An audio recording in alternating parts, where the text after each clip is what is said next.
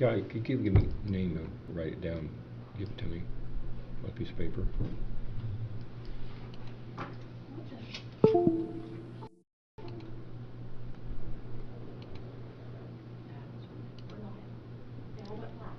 We're okay? Ready?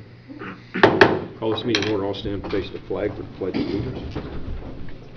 I pledge allegiance to the flag of the United States of America and to the republic for which it stands, one nation, under God, indivisible, with liberty and justice for all.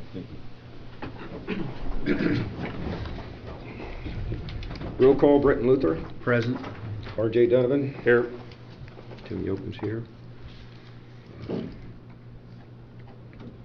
Approval of minutes. Make a motion we approve minutes. Second the motion. Actually, there's two sets of minutes. Make a motion to approve both sets of minutes of what dates of May 23rd of 23 and May 22nd of 23. Second the motion. Discussion. All in favor? Aye. Aye. Approval of claims. Motion to approve claims. Second the motion. Discussion. All in favor? Aye. Aye. Aye. Approval of payroll. Make a motion to approve payroll. Second the motion. Discussion. All in favor? Aye. Aye. Aye. Treasurer's report. Surrender not here. Do what? Do we need to read that part of it or over?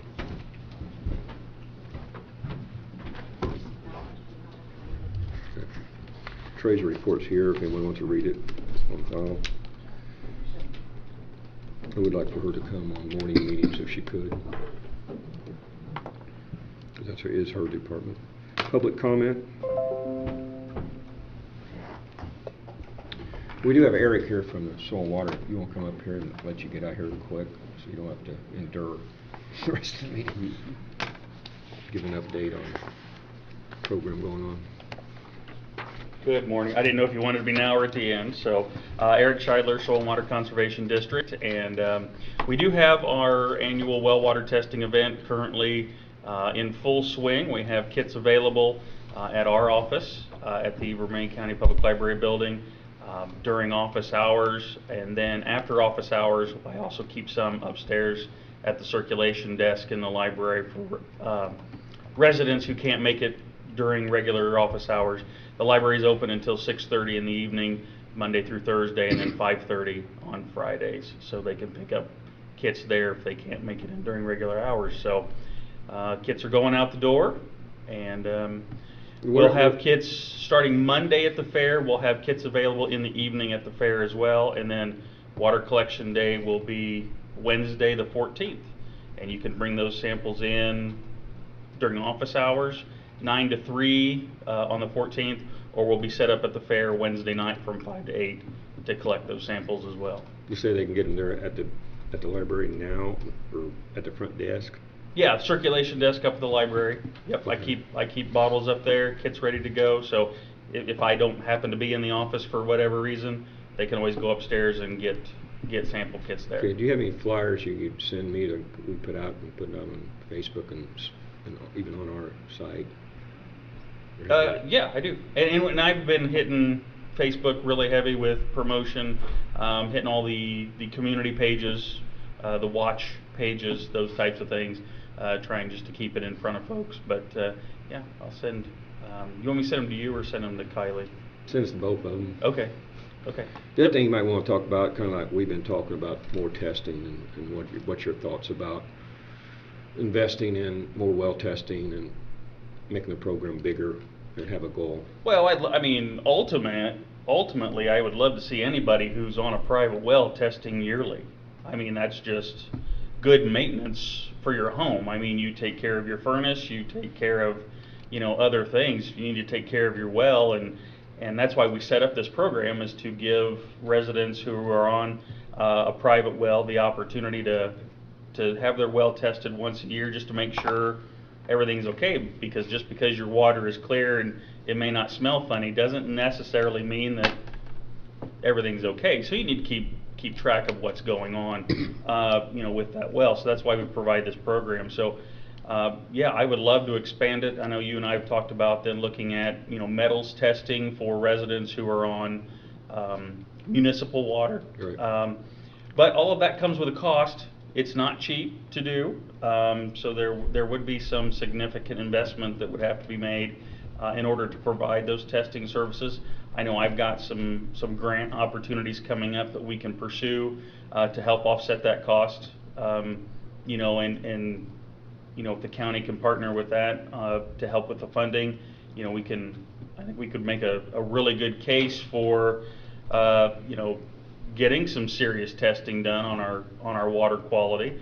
We don't have bad water, but you don't know until you know what's going on in those situations. So yeah, I think it's something that would be worthwhile to invest in, but that's why we have this program, and we have kind of plateaued at about that 75 homes testing. Now some of those are people who've done it every year, and then some of those are off and on testing. So what would you say, what was the approximate number of wells that are in our county that you think?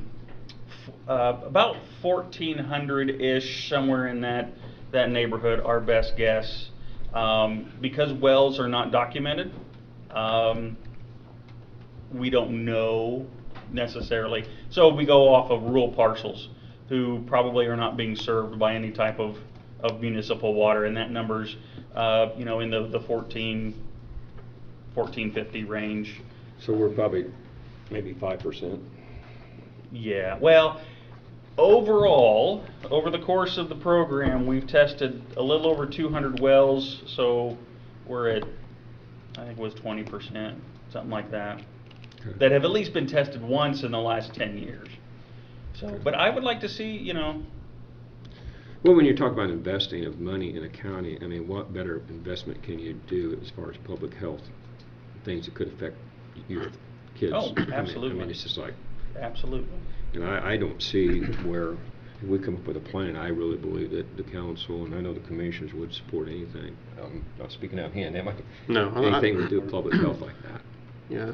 And Eric, do you think, maybe even doing like some type of mobile testing, going to some of these rural areas? 'Cause I know for some people, in the northern part of the county, it'd be kind of tough to get down to the, fairgrounds for this event.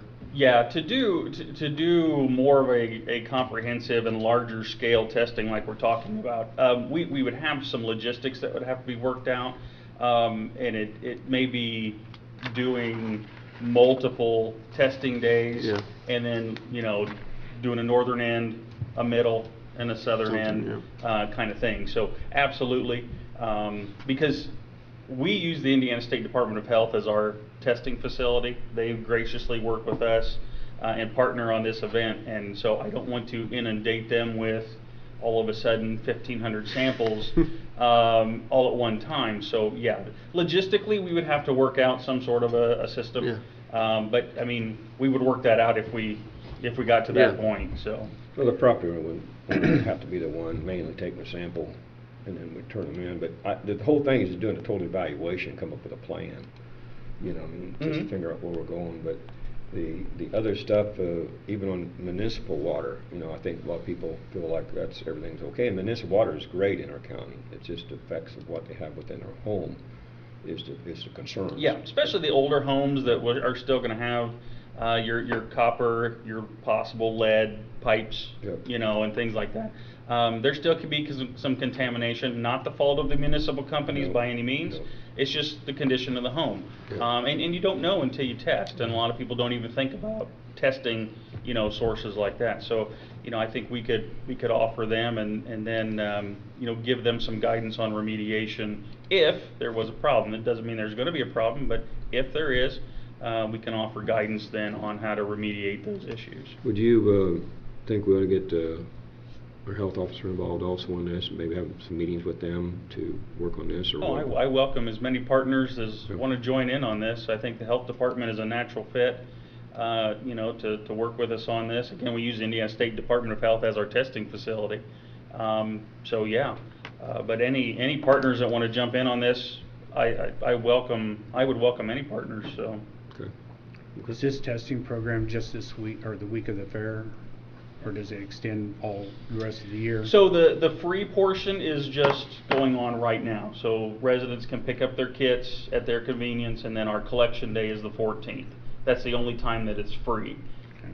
We offer water testing throughout the year for various reasons.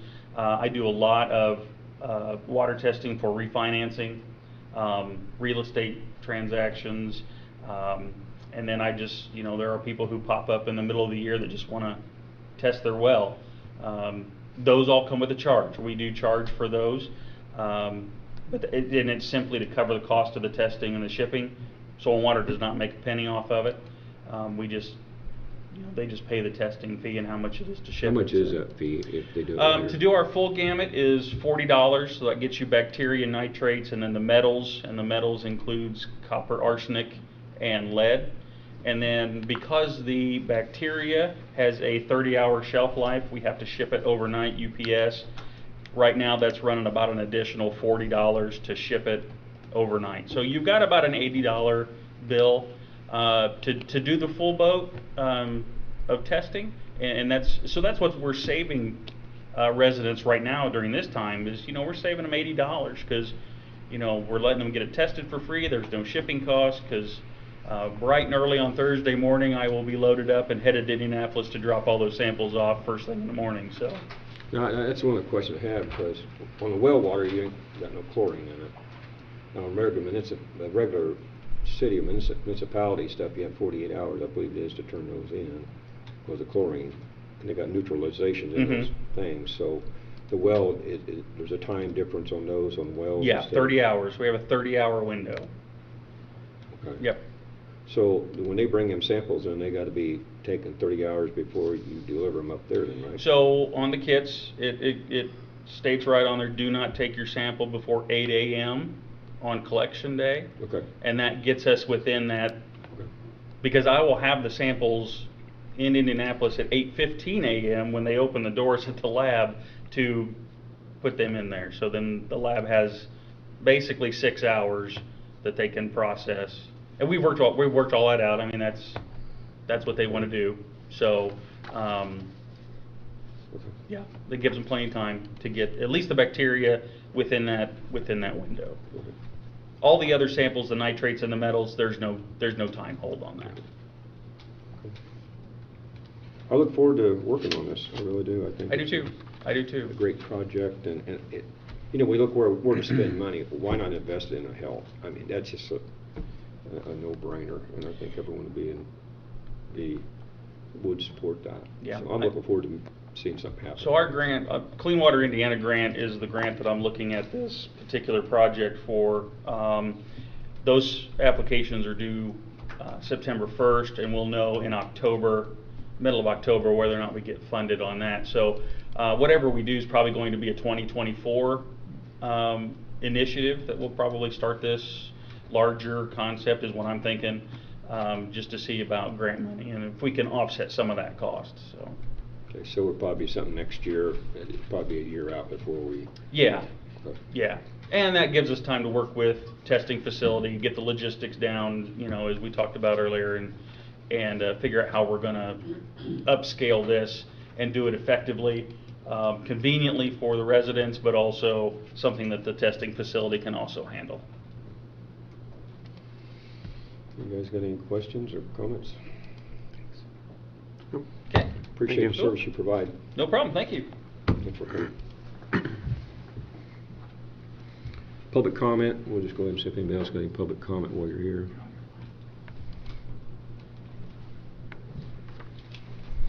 Okay, moving on. New issues for Maine County Community Crossing Grant. We have no new news on that, you say? We've received, from my understanding, just one bid on the RPE and the Cape Seal or chip seal. It appears that there was no bids received on the HMA that was put in at this point. I sent out this morning the summary of what we've received to date. Does Clark Dietz have any response to that? You're not getting no... Well, I just got it last night, and then I asked questions this morning and got, anyway, we'll have to take it, what we have under advisement is what I suggest, and we'll have to talk to Clark Dietz why we don't have a HMA type bids at this point. But it gives you an assessment of where we're at as far as what was estimated and what costs were come back as far as the bids go. Again, that's only for the RPE and the chip seal, cape seal. So we'll have to take that under advisement at this point and see what we're going to do. I believe that what it allows us to do is to sign those, or assign that to someone at this point, but we got to find out for sure that we did not receive any HMA. The auditor didn't receive anything other than one set of bids. Okay. Okay, next up, the ordinance to establish right-of-way. Rick, you want to talk about that a little bit? Yeah. In conjunction with talking with our county attorney, part of the issues that we have in the county is the establishment of right-of-way for the county roads, and a lot of those have to do with the apparent right-of-way and established right-of-ways that we have. As the ordinance does not have anything to conflict with established right-of-ways, i.e. subdivisions that have been platted, city right-of-ways, municipal right-of-ways, right-of-ways that have been listed or shown on survey. What it does do for us, though, is it takes out some of the ambiguity of the apparent right-of-ways. And so most of our county, because of being rural, has not been established by, gone through a whole process of going through establishing right-of-way. You're looking at something that would be continuing on for, I don't know how long that would happen, but anyway. What this does is provides highway and individuals a chance to look at their right-of-ways and to establish a right-of-way that when we're cleaning ditches and so forth, that, not that it can't be challenged, it can be, but that it gives them an impetus, a beginning, if you will, of where that right-of-way is and how they can go ahead and start their work to complete their work, both for bridges, which take a little bit more area usually whenever we're working with them, and within the county right-of-ways of mostly the rural roads. Again, that doesn't really apply to the subdivisions or the platted areas that have been developed. I just wonder, because there's some of them that already been set right, there's some of them we know where they're at, right? Very few. Okay. The ones that we do have, that wouldn't make no changes to them. They would, if documentation's provided otherwise, then that documentation overrules anything we write. Sure. Anytime somebody has I guess a survey document, they're always subject to decisions. It can all go all the way up to the courts for that matter. But apparent right-of-ways are harder and harder to describe as opposed to a platted subdivision to something where there is actually a measure given and actually mapped. That's what I was concerned about, if there is actual documentation otherwise than what is provided here, that it would overrule the ordinance. This was the purpose of it. Again, it does not override any, in fact, those have precedence. There's a pecking order of precedence of right-of-way, and it's not totally apparent on a lot of these, or most of the area in the county, until you get into the populated areas. Again, the subdivided areas, the ones that have actually been. I just want to make sure surveyed. there was not a conflict there, because, like I said, something that's already in writing and on file would override anything we say today. Did I misspeak at all, John? What's in any that? way? On the right-of-way ordinance, did I misspeak in any way? No, if someone's already had a survey or already had a lawsuit or something where a right-of-way was established, then our ordinance would not trump that. The ordinance you asked me to draft states an intent moving forward, that we intend to try to maintain a shoulder or ditching area on either side of the county roads, but there will be places where that's not possible. This also helps establish a little bit for the utilities as well, that want to use these particular parcels. It's not void of challenge, though. It can be challenged at any point for any parcel. So on the feet, we got 20 feet of the center line of each county road, and then to allow for an 8 feet on either side of the roadway.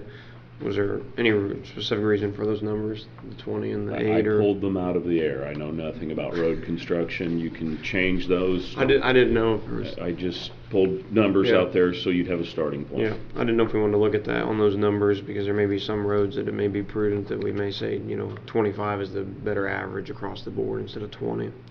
The thing is that this is a general ordinance, and if if and when we ever get down to a specific roads, then yes, they would have their own ordinance, just like what our signs do. I mean, each sign that's in the county for it to be a legal sign has to be in our ordinance to be a legal sign. Yeah. Otherwise, you can put up signs, but they don't necessarily mean anything unless they are in our ordinance. Same thing with this. If you have roads that have ordinance, and I guess we do have one road that does have that, an ordinance written specifically for it, for a conflict that somebody had in the past. But any time that you have a written document, it overrides this. So the idea here is not to go road by road. This is to Establish something in general, that we have something to work with. It's kind of like the speed limit. We have, if we're not posted, it's 45 miles per hour. If it's posted, it's whatever that posting is, 30 or 60 or whatever it might be. I don't think we have any 60-mile-an-hour roads, but this is in the same light of that ordinance. I'd like to read this into the record. It gives us 2 weeks to review this, massage it, change it, whatever we want to do with it. But by title, establishing right-of-way on county roads for Maine County, Indiana. And so take it under advisement, and if we want to make changes to it, we can do that in between now and 2 weeks from now. Well, something needs to be done. I mean, quite obvious, something needs to be done. It's a beginning, more or less a beginning point. It'd be nice if all of them was written up, but that's and Even when you have them all written, they still, unfortunately in the state of Indiana, you get back to, and we have a lot of this because of the rural nature, a parent right-of-way. And that parent right-of-way can be challenged over time. So even though it's maybe good today, it does not mean it's good a year from today. okay. And we'll take our, and then next meeting, talk some more about it, right? Yes, you can think about it, look at it, research it, whatever your heart desires. Okay, next we have the courthouse annex project delivery with Mr. Graves here today. And we met and talked a little bit about what's going on. You want to come up and give us your update? I got progress reports to pass out.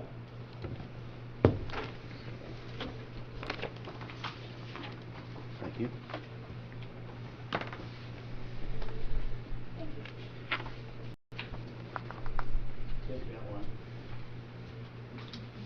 Thank you. Thank you, gentlemen. I got you.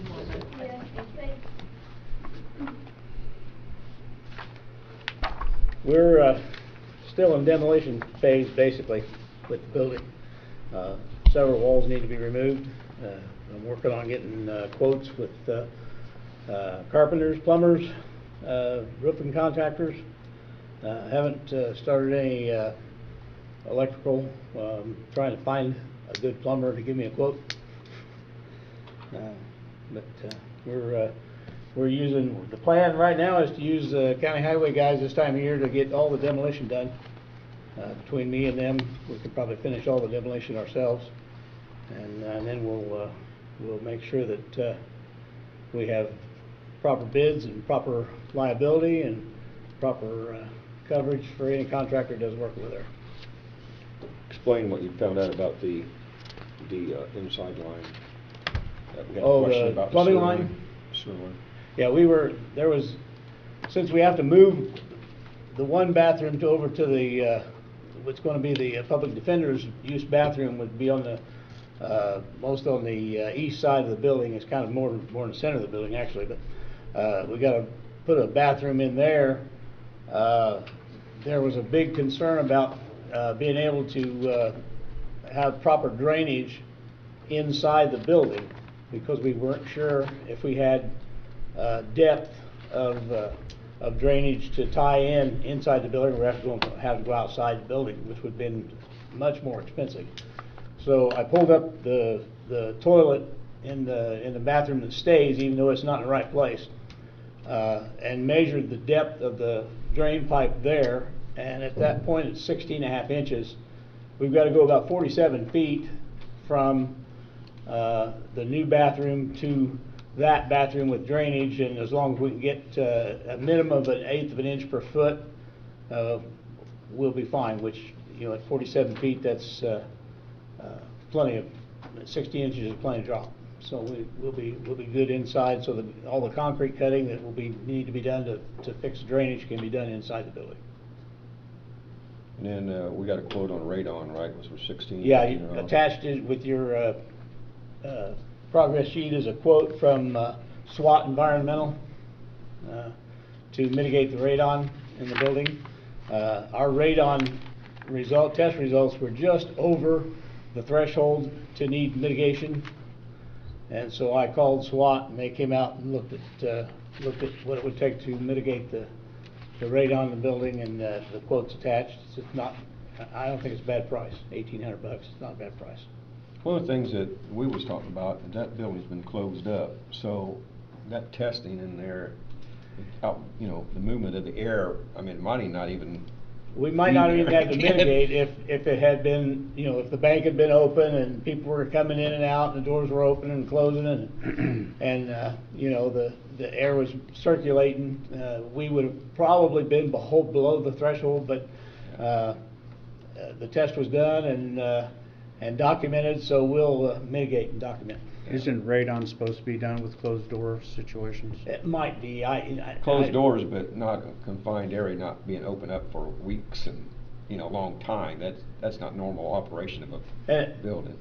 The threshold for mitigation is 4.2, and we averaged 4.3 over 48 hours. So we were really right at the threshold limit, and another test might have made us below threshold, but for It's a good investment. $1,800, it's good to just mitigate it and be done with it. Bill, can he go ahead and get that done? I mean, It'll cost us as much to test again as it is to remediate. No, I mean, go ahead and get the The test equipment put itself in. is going to cost Yeah. half of that price anyway, so it might as well just be mitigate and be done. That would be my. I'm not saying change anything, I'm saying would be okay, he goes ahead and has orders that's done, we got $80,000 in that. As long as the remediation falls in a wall, not in the middle of the open area. It's outside. Depending on It's what they're actually doing. outside the building, Britton. It's outside. It'd be on the They're not west, gonna on the east pour- side of the building. It won't core the slab, they're No, going from the they'll outside pour in. underneath, below the slab. Then it won't influence the It construction. won't influence any of the construction we're working on. That's what I thought they'd be doing, because most of them, you drill a hole in the floor. Yeah, that's They're the ones coming I'm from the familiar with. outside in, Sure. so it's in that flyer, I think. It's in that, That's it. it's in their quote. Shows a picture Just of how got they it. do it. I- But anyway, you wanna look at that and get back, or give him approval, if something can already be done, I'm trying to think it's okay. to look at. I'm good with approving it today. Do we have but we don't have an overall No, we're cost where working we're on at it. yet. Yeah. So you wanna wait till everything's turned in? Well, I don't know how it's gonna hold up anything. It'll be done in a day's time. Yeah, it's probably just a day's work, and it's not inside the building, so it's not a concern for what's going on with the rest of the building. I'm just wondering if you want to get some of the stuff done now, or you want to wait to put it all together. My preference is to know exactly where we're going, but that's me. I guess I'm always that way. I'd like to know what my total costs, unless there's something that affects the time schedule, and this isn't on the curve to affect But the time it's one of the schedule. things we gotta do. I mean, if we didn't now, do it later, that's what I'm saying. We don't I mind. understand what you're saying. If we get some of this Just made stuff my out of the way. comment. we kinda- I would much rather just go ahead and get it out of the way. I mean, if we're moving forward on the renovation, it's something that needs to be done, and if we can get one thing knocked out, it's not like it's a It's not a big $20,000 cost. cost. I mean, $1,800 is very reasonable. We'll just leave it up to you, how's that?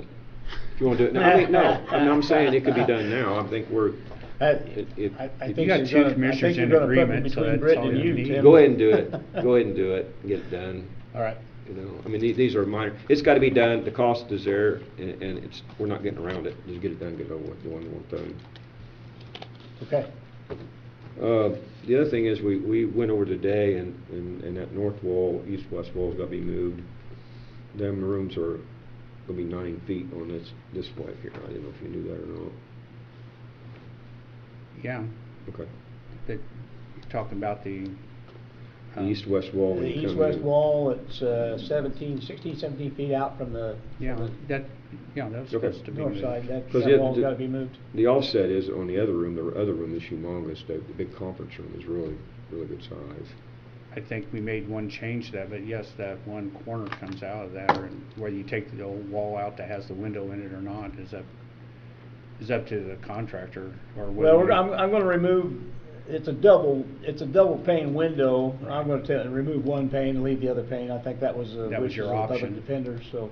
That was your option, is to either take the whole wall out or try to salvage. We're gonna salvage one pane, and actually, I've talked about, and Tim and I are kinda deciding, but use that pane and then, because there's another window right at the lobby of the public defenders, but I don't, if it's a sliding window, we can't use that, we'll use the other window, but It was a sliding, supposed to be I'm a not sure sliding yet. window, I haven't talked to, believe. I haven't seen an elevation on any of these plans, so I need to talk to Architecture and get some elevations. One of the things we did come up with in one of those units is a good unit. It's not that old. We're gonna leave that one unit, the west unit. The west unit's the older one, right? The west unit's a bad one, yeah. We're gonna change that out. And then, they, called and asked me today if they wanted separate meters for the two, and I said, I don't think so. So, That depends on how we're administrating the building costs. I don't see that cost of putting another meter base in and splitting that power. I just don't see it. It'd be a considerable change in your electrical if we have to do that. See that. I agree. I agree. I just want to bring it up so you guys know what's going on. We have that issue with some other buildings that we're going to be talking about. Also, in talking with the engineer, the heating unit that's existing on the west end, that's good. They have to take and rotate it because it's set between two trusses and you can't get access to the door. So there's some things that we've talked about today that. Right, I had a quote from Layton's about that, but I'm gonna have to re-quote because of this moving the handler 90 degrees and reconfiguring there, so. Just cut the truss out. Sure. So the other thing is, in speaking with them, they are waiting back information from their electrical engineer. We should have that within a week and a half or 2 weeks. The final approval we're looking at, correct me if I'm wrong, from the state should be around July the 4th. Right? That's when it's turned in, right? That's the anticipated approval date from the state. So we should have that, and our deadline is 3 months from that date, which would be the beginning of October. Does that sound right? Sounded right to me.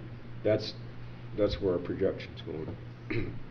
Of course, when he gets all done with his information, all his quotes, and we got to go back and say, I think we got $80,000, right? Is that what we have roughly in that budget, 80,000? Then we have to go Just back under and that, yeah. go back to the council for the rest of it and ask for that, whether that is above and beyond. The roof condition, I've looked at the roof, and I think you might just best take off the Take piece off the cupola, fix the ridge vent across the top and be done with it. and leave it. The roof has still got, I'd say, probably 8 to 10 years, roughly. Yeah. On that roof. It's better shape than I thought. Yeah. I mean, when you look at it, it's not buckled up. It ain't, you can tell it. There's no raised shingles, there's no torn shingles, it's really in pretty good shape.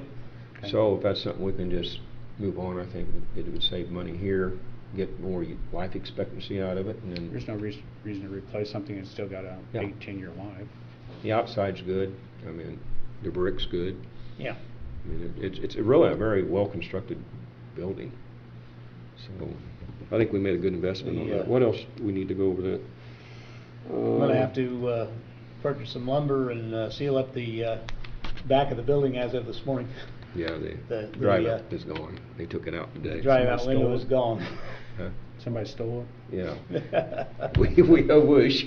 But we're moving along, and I think that the big thing is getting the quotes in, and I know you're looking at getting local people all you can. Yeah. And then just make sure we need to come up with requirements for them, the insurance requirements, so when he goes talks to them, he's not worried about the requirements. And so where we can come up with that, and is there any way we get that wrote up in some way and provide him with what we're requiring? I'm talking about we. All of us talking here. Yeah, that needs to be done, sure. And also I said something about workman's compensation. I know that's kind of hard sometimes for people to carry, but it's a extreme risk. Your workman's compensation or lack of it is probably your biggest risk on a project. You know, someone being hurt, because it will have the cascading effect come back to us if it's not provided. All the above, yes. So we'll get that to you, and that way there, when you talk to people, you can tell them what we expect, and then, because some of them say, I can't do it. You Right. know, and we don't want to tie up your time or their time when Right. something can't work. Absolutely. So, any other questions for Mr. Graves today? Thank you. Thanks.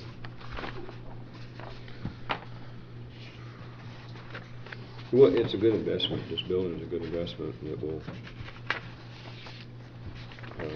be a big help to us.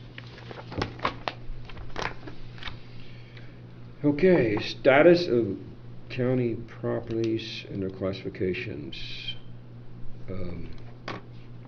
Cayuga situation, purchase of those properties on hold. There's some paperwork and issues there, so that's, right now, it's not going on. What else was involved in that? Anybody else have anything to say about that situation? I think RJ was gonna look at the listing of all county properties that we might have, that, Yeah, see if we I, wanted to dispose of any of them or not. yeah, I emailed you guys a couple lists for your guys' review to look at them, to see if you guys want to list these properties for sale or if the commissioners want to hold them. There's some properties in the middle of parcels that have no road access. I'm not sure why the county even owns them, but I think that's a majority decision to look at and see if we want to maintain them or if we want to go ahead and put them back on the rolls and list them for sale. So you guys have a partial list, and then I still have the rest of the list to get to you to review. When did you send that? I remember you sent it. Yeah, and it's I in an overlooked email. it. I'd I have to look. haven't I looked think into I it myself. filed it, but I've got not looked If at not, it. I can look back. How many and- properties, found very many of them so far? Well, see, the other problem is they're not all listed the same. Some are listed as Board of County Commissioners, some are listed as Board of Commissioners, some are listed as Vermilion County, Indiana. So there's a whole list. I would say there's probably over 30 properties. And To date. To that you date, found yeah. thus far. Yeah, and there's some, like, you know, the treasurer's office or even Paige's office, asking them, you just don't know because they're all listed differently. So. Well, like landlocked properties, you could send a letter to the property owners around them and saying, hey, we wanted to get rid of this. Do you all want to bid on it? Because there's no, if there's landlocked, I mean, to try to Yeah, sell there's, public.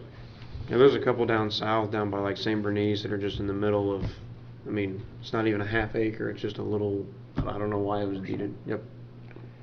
I think a lot of those came from railroads and mining properties that own properties, and when they sold them off, they left remnants behind. Yeah. And there wasn't a consideration about those.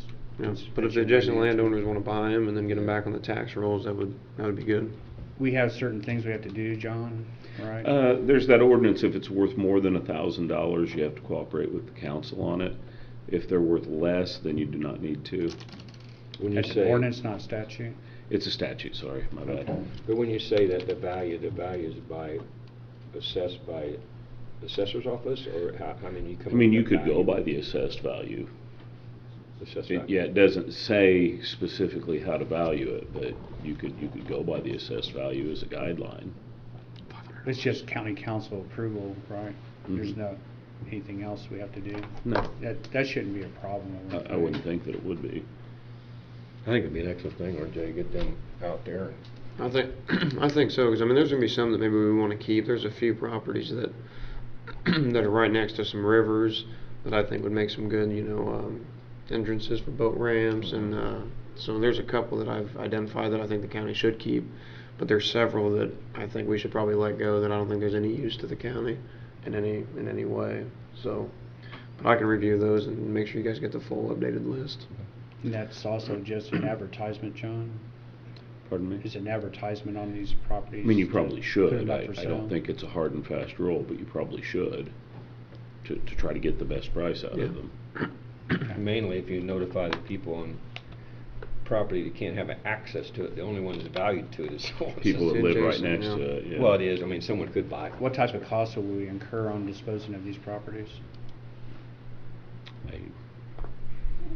I don't know. What type of what? Cost. What do you mean by cost for what? Well, there's gonna be recording fees at least, and there's gonna have to be somebody do. Well, I would assume the person who buys it would record it.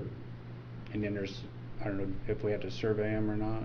I don't think we would have to survey it. Quit claim them, or? That would be up to the person buying it if they wanted to have it surveyed. We're just saying that we're offering this for sale. Okay, so Yeah, I think it'd be similar to like your commissioner sales and your tax sales. You're offering the extent that you can, and if you're buying them, it's a buyer We'll beware. we'll cooperate in the process of them getting it It's deeded. a buyer beware if you buy something. This is what we're offering, and here's the legal description. And if you want to do a survey, you can do a just want to survey. make sure we weren't incurring $1,000 cost and Yeah. whatever it costs. Yeah, like I said, I think it's a good program, RJ, and we can definitely with something we need to do. Sure. I'll follow up with that in the next couple of days with you guys. Status of Thrive West Central Brownfield property. I did have someone locally contact me about this program going on, and I put them in touch with the lady at Thrive that's administering that program. So I have had one person contact me. Do you have any update on that, or anybody have any other thing to say about that? Wasn't she going to give us a list of brownfields or something like that for the county? Or not? Or am I just dreaming that? Okay. Don't remember. I'll follow up with that. I've got to talk to him about another matter anyway. Okay, schedule SBS portals, document scanning, recording, library services. Monday, June 26th, SBS is going to have a, I don't know what you call it, coffee break, snack break, whatever you want to call it. She didn't put the times down.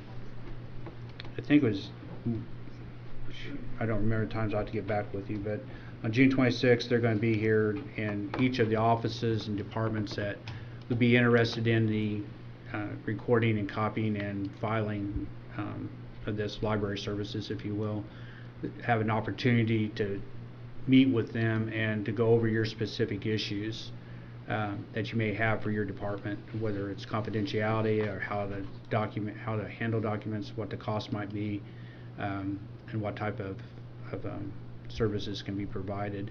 So they'll be here to answer those specific questions for specific departments and specific offices. The goal here is to try to get the county on one basis, all the offices on one basis, so that we're understand where our documents are at, so that when there's changes in the county, either personnel or offices or elections, that it continues forward and that we have a uniform way of being able to find our documents at a later date. So anyway, that'll be an opportunity, and then after that we'll entertain comments from each of the offices as to what their thoughts are as being able to proceed forward with being able to accomplish that end goal, if you will. I'll have to get back with you on the times. You can scratch off E, it's redundant. We already did E. Do what? E, you can scratch it out. Yeah, I already did. County Highway Organization, there was a meeting on the phone with the other counties. I have another meeting coming up with Jim Meese to discuss what was discussed. I think the big thing was, I think we are, the commissioners and the council are on board with the funding of the county engineer. I think the Park County had some questions. I think they've got answered, and hopefully with this next meeting with Jim Meese, we will be closer to coming to some type of agreement of a shared engineer. Again, the big thing about the state provides $40,000 to counties for funding of an engineer, and That's per county. and what happened is Jim Meese had talked with the state, and the state has approved, and as it did in other counties, 2 counties coming together to share the $40,000, which makes $80,000, and then we're going to have to put in some more money on top of that. But we'll be getting an engineer probably for $20,000 to $25,000 a year for 50% of the time, which will be a big asset. And I think the other thing that that asset will also go along with the new highway superintendent, that they can work together to come up and not devise things, but come up with a lot of solutions and recommendations, I think, to make our county highway run better. So that's where we're at with the county highway engineer. What date are we looking at being able to start advertising for an engineer? Well, I haven't got the total I'm meeting with Jim Meese here shortly, and he's gotta run that back through their council to get the approval of it. And, so that's the next thing to jump over. Once that's approved through them, then we can start looking at the date and the time. I know I've said it, asked for $25,000 to put in that budget. Did that go anywhere, or do you know if it went with the council, or anybody went with anything? For next year. Yeah. Okay, that's coming up. You guys will do that. Yeah, it's for 24. I'm hoping we'll have an engineer yet this year, but we'll have to go for an additional appropriation if that happens. Well, I would like to have it this year, but with 2 counties, it might be something that would be started the first of the year. I don't know. Yeah, if we start it this year, we'll be able to do it in 4 years' time, so. Yeah, it'd be nice if we could start earlier. So, anyway, that's where the county asset management plan, Brett, I think is something. It's progressing. July 1st, we should have that data back, and then we can start, we'll review it, and sometime after that, assuming it's still in good order, we'll start being able to prioritize things off of that, or start utilizing it in different ways. So July 1st is still our date. It hasn't moved. ARP monies allocation. So roughly we have on ARP, we got roughly 2.4 million, is it for 2.3? What is that number? Well, it's around 2. Around 2 million? This is a little over 2. And them funds have to be spent in the 24? We've already Already Okay. taken care of that. Okay. So that actually needs kind of scratched off the agenda, or at least the term ARP money does, right? What we want to call it now. Well, since it's moved to a different, I mean, We'll work on the name. Okay. because by that vote the other night, the ARP monies are eventually spent in Vermillion County.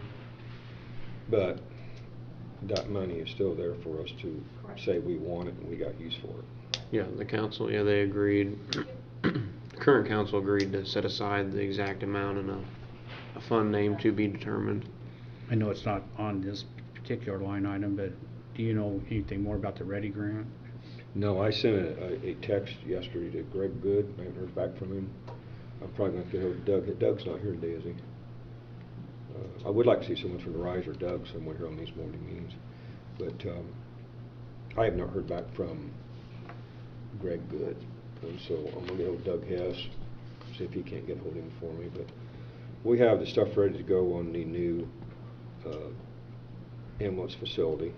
Everything are set and they're ready to go. One of the things, did anyone from the,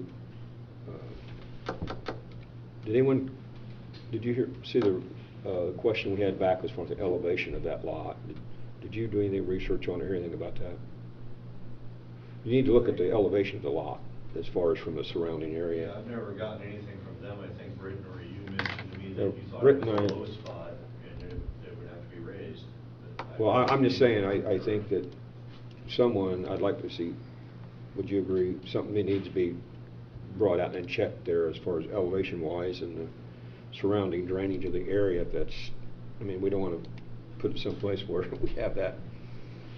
Right, and I think it was me and you had the conversation. Typically, they put a pit in close to it to drain water into for Yeah. whatever offset. So, they is there any way that you can contact that crew or whatever and see if they can, would that be okay? To have Do what? the engineers to look into that? I would think that's something they're doing when they're looking at the plot anyway. That should be part of their whole process.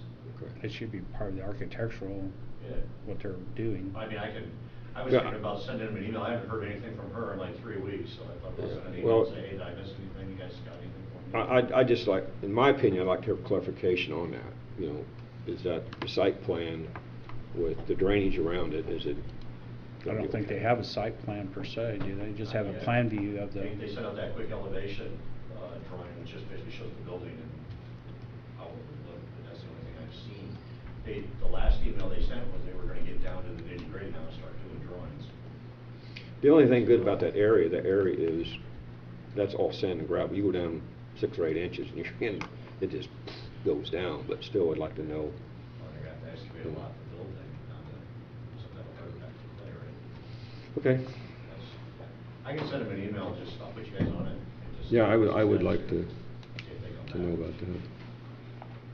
Anybody else got anything about ARP? I just got that this morning. Thank you.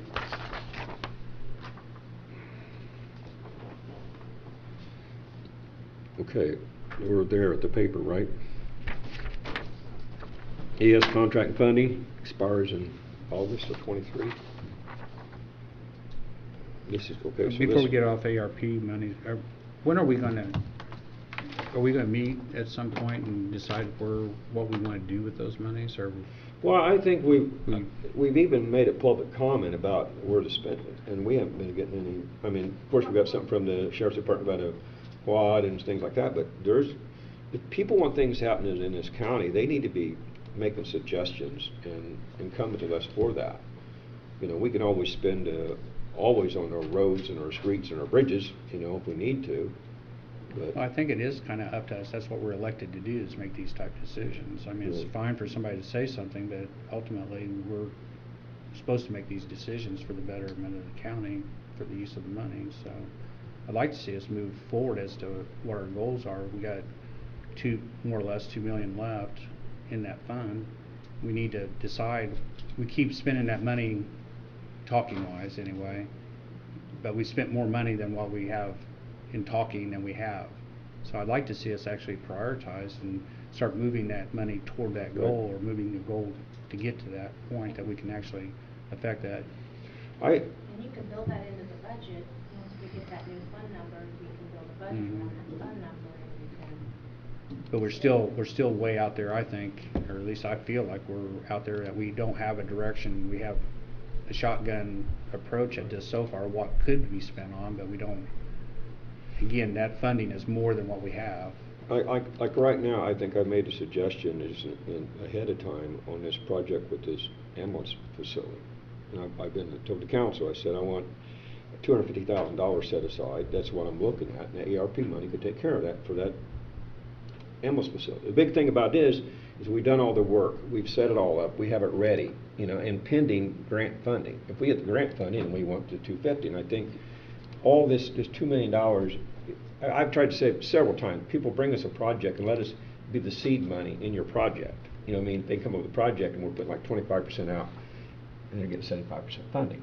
And that's the thing would like to see. I'd like to see how much we can put, but people are not bringing forth those projects. Again, it's up to us. We need to, we've asked, and that's what we got, so now we need to proceed forward. So that's $250,000 of that money I've already asked for it to be. Okay. And then, Can I ask a question? sure, come up here. You got to come up here. That's part of the game you play here. You don't do this during council meetings, Tim. I watch the videos. do So what? you sit back there and talk. So in this vein, say we have this water testing project. Yep. Are you wanting proposals then Yes. sent to you? Yes. And then you look at the proposals and you're going to carry those Yep. forward? Is that how you want this Yes, process? sir. Just to clarify, and for people who are watching now, maybe watching later, just to clarify this process, that for these monies that are now set aside in a different account that don't have a time stamp on them anymore, Right. you're sitting on something that Roughly $2 million. there is no urgency per se. But the process is you want a full-blown plan laid out, detailed budget. You want that, so you've got that, and then you can evaluate whether or not you want to move forward. Correct. And you're going to take that to the council and, Yeah. and request those monies as the commissioners Yes. to move on those projects, Right. correct?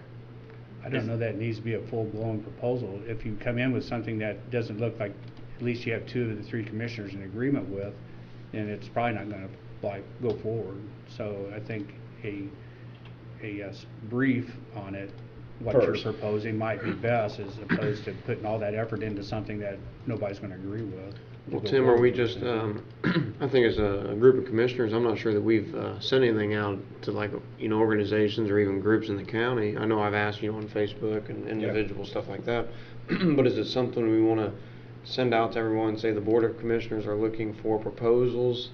Sure. Like the Parks Department, I'm sure if you sent them something, the Parks Department are going to say, hey, I've got ideas for St. Bernice Park or Perrysville Park, and if maybe we send it to the Health Department, or are we limiting it to just county agencies, or are we going to open this up to private entities that want to reach out, like, maybe even local towns want to reach out and say, hey, we've got a project for this town?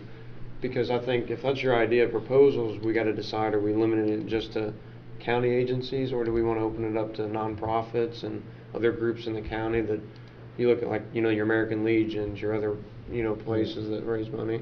But the towns already got ARP monies, right? Maybe not towns, but but I mean, if you want a whole full-blown proposals, I think we could easily see hundreds of proposals sent to us. And Yeah, they may be the same, they may be. I agree. I think, you know, I mean, you've asked, I've watched, you've asked multiple times for people to come up with ideas, but I think having a detailed process as to how you want to see those submitted, whether you want figures or not, I mean, I'm assuming you would want a breakdown of There'd be an estimate. whether or not it's something that the commissioners may or may not approve. You at least want to see the full package. Yes, a brief summary, but really, what's it going to cost, and what are the individuals bringing to the table, and then what are they asking from the county out of these funds? I think you would at least want to see that, and that would help folks like me. You know, if you want to see a cost breakdown of the water testing program, I can give that to you. You can give it. You Well, know. is there something where we can just, don't mean to maybe put work on Kylie here, but Kylie's really good at, you know, the website and stuff, but is there a way we could create some basic form on the website, put a deadline, because like Britton said, we've talked about this for months and months and months, and, you know, we do need to make a decision, or a year, you know, maybe, yeah, it's probably been a year, and we just put on there, Board of Commissioners are accepting proposals and ideas until July 21st or some date. And then from then, we look at the proposals, and then we can decide, the three of us can, what projects we may support, we like, or we don't like any of them. Yeah, I agree. But I would like to do that. I think having them send something in, and I don't necessarily need 20 pages, but maybe a 1 or 2 page summary of the idea. And A brief with estimated cost, and then if we decide that's a good project, then they Well, can. like you said, where they don't have much time expand- involved in first to get approval. yeah. Then So they they can can se- expand that. And they can send it to us, because I know I've got ideas, but a lot of times other people have better ideas, you know, for the community, so. Just had somebody online say tornado sirens for rural areas. so, We have that. You But- want it? We have that. What'd you say? Tornado sirens for rural areas. We got them, don't we? We got tornado sirens. Sirens in the county. And there's none by my house. They're all over the area. There's never anything by my house. You So- can't hear a siren. No. So is that something we can maybe decide on today, about creating a process on the website? Yeah, I think that would be Maybe picking one way it. to- I think the big thing, from my standpoint, is it seems like when people want something done, they run in here, or they want to go get the money. The thing about it is, they don't want to put the time in. And you as an organization is willing to put your time in, and we can be the seed money, that 25% or that 30% to make your project work. That's, I think, where it needs the higher priority. To come and just get your money to take care of something you got no Well- time involved in, it's kind of a. Well, I think that's what, you know, what we're here for, to look at the proposals. You know, one proposal may say we need $10,000 to finish our project, and the next one may say we want $300,000 to do the whole thing. Yeah. And I don't think we should limit one or the other. I think we should let them all send them in. Oh, yeah, I agree. And then we look at them, and as And maybe elected officials, Maybe we could have a certain amount that are discretion, you know, small ones. A lot of companies have smaller stuff, which would be. Well, like, for example, you know, I know, like, Fairview Park's doing those pickleball courts and stuff, you know, there's little projects like that may be less than $10,000. Yeah. Then you've got other ideas, like people want splash pads, or, you know, improved sidewalks, whatever the case may be. But I would like to see us today, if we could, set a process and a deadline, that way we can move forward on this, if anybody's got. We could try to draw something up and have it by next meeting for people to look at. I can work on doing something up as a general layout. I like your idea, RJ. I think it's Okay. Yeah, I agree. Okay, and I think just pick a deadline, and then the three of us can have some work sessions after that and discuss. I think what we- that probably a deadline is probably not there, I mean, because we don't know until the money runs out. I mean, Well, I mean, To have our. an initial deadline Yeah. of saying Kylie can only send in a proposal for 90 days. We don't want to have an open-ended. I mean, I guess you can have an open-ended, but from my standpoint, I'd like to, if people are serious about funding and getting money, just like grants, there's deadlines. And the ones that are serious will put in information. we have certain dates, like 60 days out and another 60 days review. I mean, Yeah. Okay, we can work on that by next meeting. by next meeting. Okay. I'll try to write something up and then follow some type of a process and you guys look at it. Or you can write your own, we can put it all together, it don't matter. Just so we need to come with a process next meeting for approval. How's that? I So think are there's- you taking the lead on this, or is RJ? I can. It don't matter. I- Everybody bring their own. We Well, put it together. Send I mean, something I out think, you know, before. Kylie, would it be much easier if one person just worked with you on it? I mean, I can do it, Tim, or you You can. go ahead. I'll work with you, and when I say work with you, I'm gonna ask you what you recommend, and. Let's send something out. Couple Because days you're better ahead. at this than me, Kylie. Okay. Now we're back to EAS contract and funding. That's where it was at before we got on this. Our money runs out in, I thought it was August. Was it August, end of August or beginning of August? August something. And this is- Regardless, we need to have an agreement before that time, before August preferably. But this, you gotta understand what this agreement is not for the third quarter, it's for the fourth quarter. So that'd be October, November, December. So if it does expire, you got a time lapse there. Right? Yeah.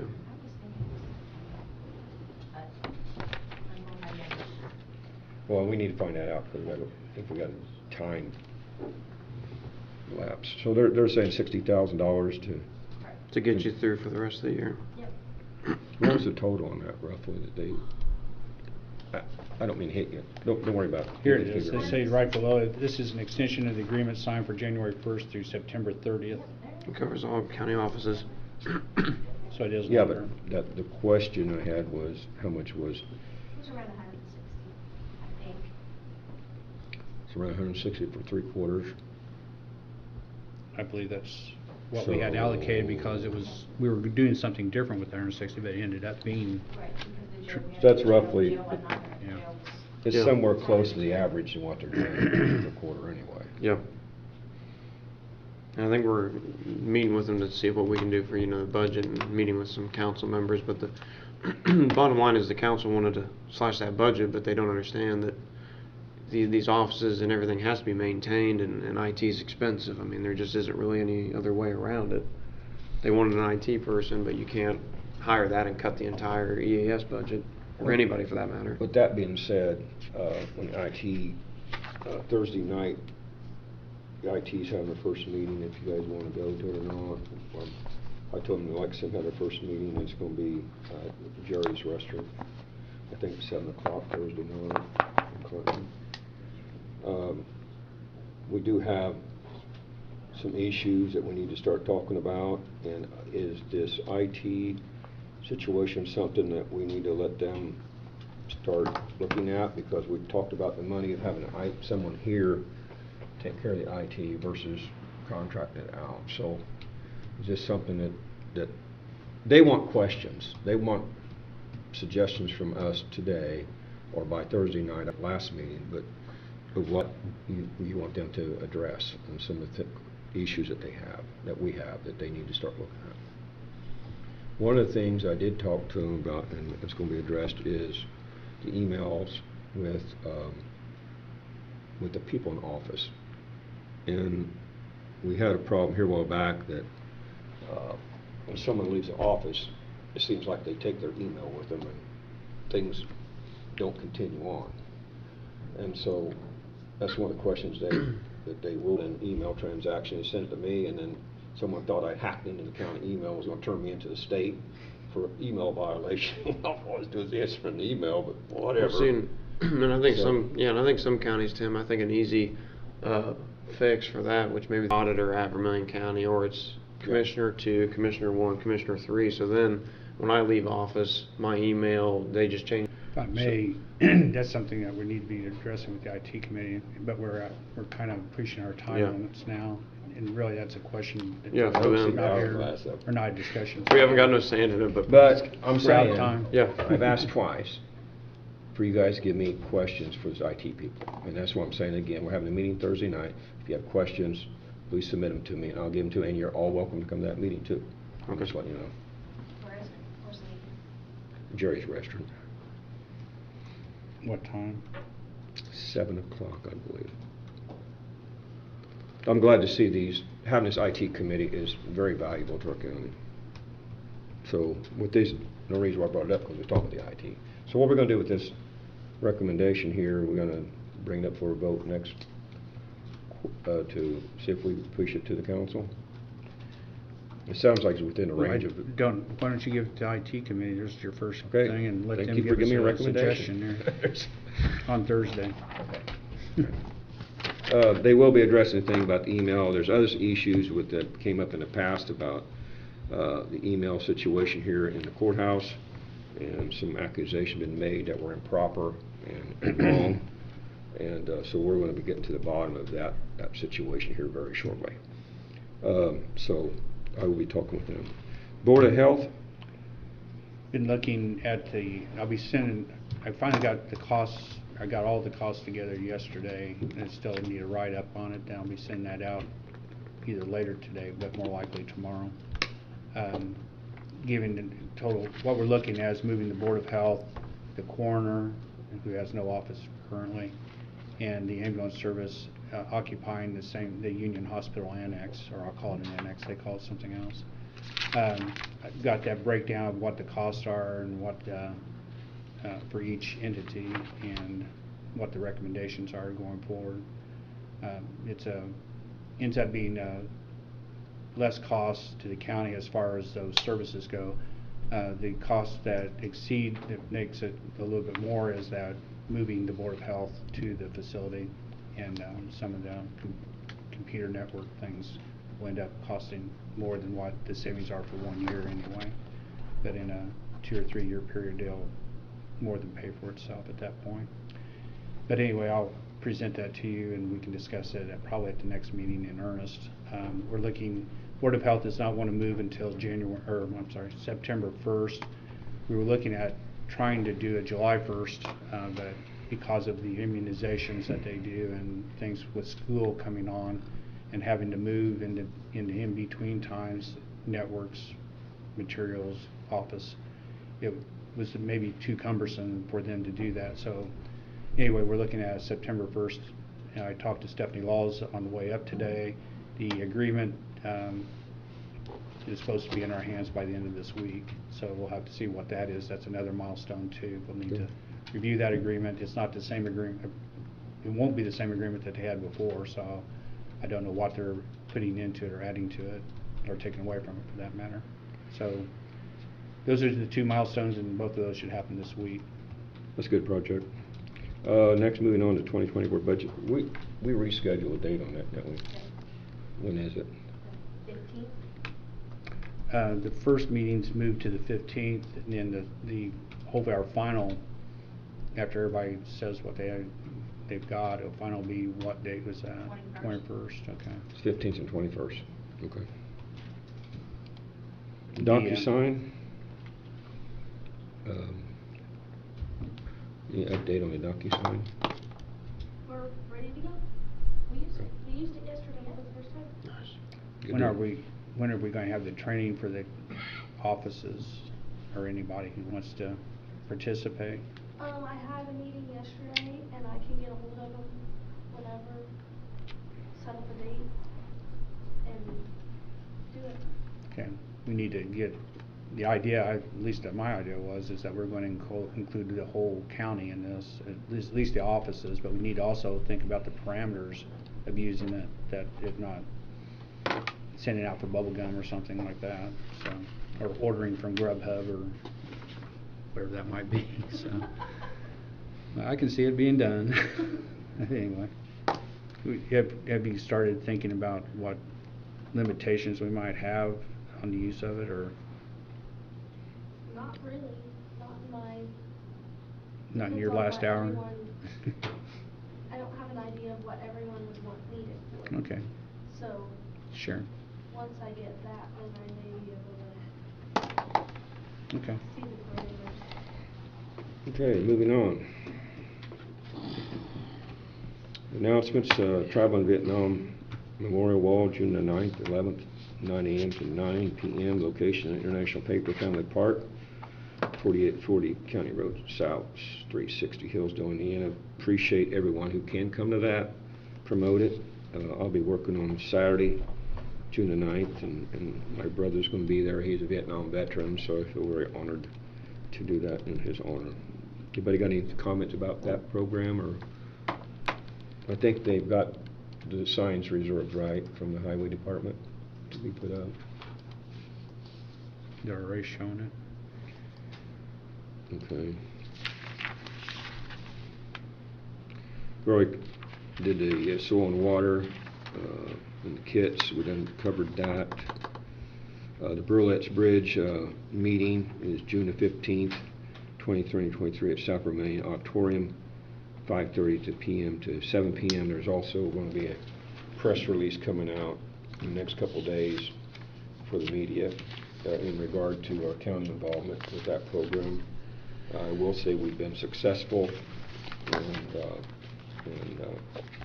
what we wanted to get done. We did want a new bridge, but that new bridge ain't going to happen. But the restrictions and things that we fought for, I think we're going to get that. It's going to happen. Also, we have Paula Copenhaver, that's her name, right, from not Secretary of State, from Attorney General's office, Todd Rokita, here today. And thank you for coming down. You got something to say? Appreciate it if you could. Glad you could chat. Swag bag. Goodies. Do we meet the NRA thing? Yes. Yeah. That looked familiar. Thank you. Thank you for. A lot of money in it, right? Well, actually, Could be. Up money. Could be if you would find out. Has anyone ever done that? Went on Indiana Unclaimed to find out you had any money? Thank you. You're welcome. You do. I still got money on there. I haven't got it years ago, but it's like $150. Well, and actually, that's why I'm here to talk to you about it today. First of all, thank you for being elected officials. I'm a former, if I can speak this morning, elected official from Fountain County, former Fountain County clerk. And so commissioners have one of the most thankless jobs, and so thank you for serving Vermilion County as commissioner. The second thankless job is the auditor and the clerk. And so thank you, Brenda, also for serving as auditor for our county. So Indiana Attorney General Todd Rokita's office oversees consumer protection. A lot of people don't know what the Attorney General's office does.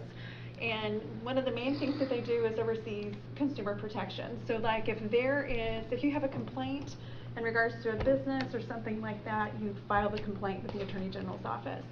Another thing for consumer protection, if there are product recalls, you can sign up and get emails once a month of all the products that have been recalled. And so that is something that I've signed up before I ever started working for Attorney General Todd Rokita. And it's very helpful, and because you just don't know if any of the products have been recalled unless you are notified, because you don't go and check, oh, I wonder if this has been recalled, unless you've got issues with it or something, right? Another thing that we do, talking about money, is unclaimed properties. Last year, I think $62 million was returned to Hoosiers in unclaimed properties. You can go to indianaunclaimed.gov and just type in your name. You can look up your name, your neighbors, friends, relatives, whoever, to see if anybody has any unclaimed property. Another thing is the counties sometimes have unclaimed property, and I did a brief search last night in preparing to come here today, and there is some unclaimed property for Vermilion County. Oh. And so, not that I'm trying to create more work for you, Brenda. 62 million?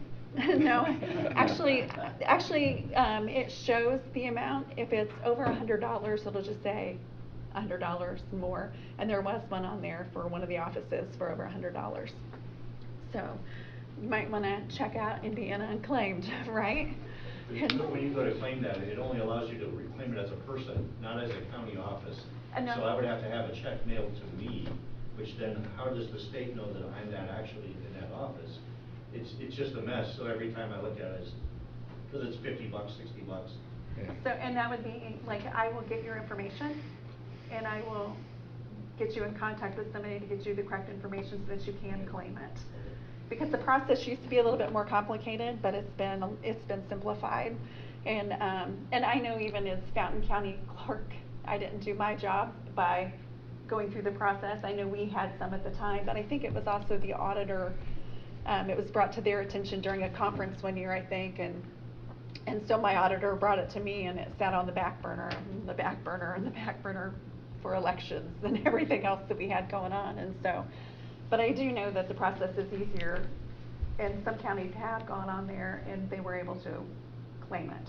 And so, there was another thing that people who've been deceased, sometimes they have unclaimed property, and their heirs are able to claim their funds on their behalf. And so, I mean, there's a lot of money out there still. Like I said, last year, $62 million were returned to Hoosiers. And so we want to get that money back into the hands that have it. So, any questions for me? I just want to say thank you to your office, and Todd Rokita has been very helpful, especially to us. A couple of years ago, we had an issue with Marine Rise over here changing their status because it was a military establishment, and there were some changes need to be done, and he was very helpful getting that done to us. And so, and also today's election laws, he was a part of years ago introducing requirements of voter registration ID. Yes. And so he's been very helpful to our state and very helpful to our town, and I appreciate what he's done. So. Thank you. I will relay that message to him. So thank you again for all you guys do, and thank you for letting me speak today. Very good. Thank you. We have Mr. Reed here today. You want to come up, Mr. Reed? What? You want to come up here and tell us what you're about today? Some of you might not know, but Ira Jones passed away. Ira Jones had been retired from Duke Energy up there where I work, and also he was a very well-known person in the community, member of the park board, and very much involved in local things. So our condolences go out to his family. Well, as you just said, that Ira passed away. He'd been on the park board for over 30 years. I met his daughter that way. She showed an interest in taking her father's place. I think she'd be an asset to our board. She had served as the secretary treasurer on the board for a number of years when Ira was president. And I'd like to see her get appointed to it. In what capacity do you serve? Just as a board member. Okay.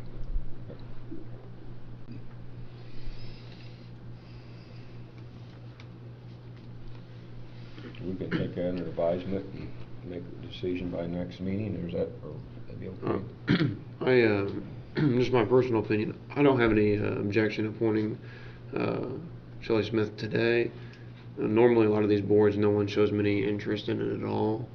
So if someone's interested in replacing a board member's position, I would have no objection in acting on it today.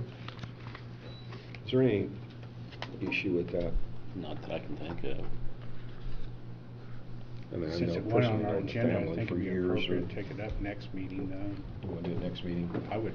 Okay, It's that's my fine. preference. That's but- fine.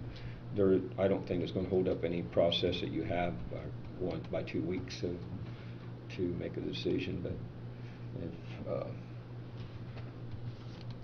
don't know. When's your next meeting? Third Monday of this month. What day? Third Monday of this month. I think that's about the 15th, isn't it? I would rather just go ahead and get it done today if you don't, I mean, I know Brett would rather, but I don't see a lot of times you have a hard time getting someone to serve on these boards, and she has been involved with the board, right? And Ira was in bad health, and she was bringing him to the meetings, and she does know what's been going on for the last year. I have no problem approving it. I'll make a motion if someone wants to. Is it your motion, is it Shelley Smith, is that right? Yeah. Okay. I'll second Tim's motion to appoint Shelley Smith to the park board. Like I said, the family's been very dedicated to the community. I personally know them, and they're great people. They really are. So, discussion, all in favor? Call for a vote. Aye. Aye. Opposed? Abstain. You have your answer, sir. Thank you. Thank you. Congratulations. I think that about finishes up. Everyone, am I there? Anybody else got anything I'm missing? Anybody got any public comment? Anybody? We got someone else here today. Came to visit. You gonna make an announcement, you guys gonna be serving strawberry shortcake and stuff, or? Yes, we are. I'm going down to get the strawberries this afternoon. I know the cost of that, so I can pay. The dates of the fair, we need to make it now. When does it start? June 10th through the 17th. June 10th to the 17th fair. And I think there's a meet and greet, there is on June the 14th at 7 p.m. to 8 p.m. for all the elected officials. Anyone else have anything to add to this meeting? If not, someone make the motion. Make a motion to adjourn. Second. Discussion. All in favor? Aye. Aye. Meeting adjourned. Thank you for attending. In my voice.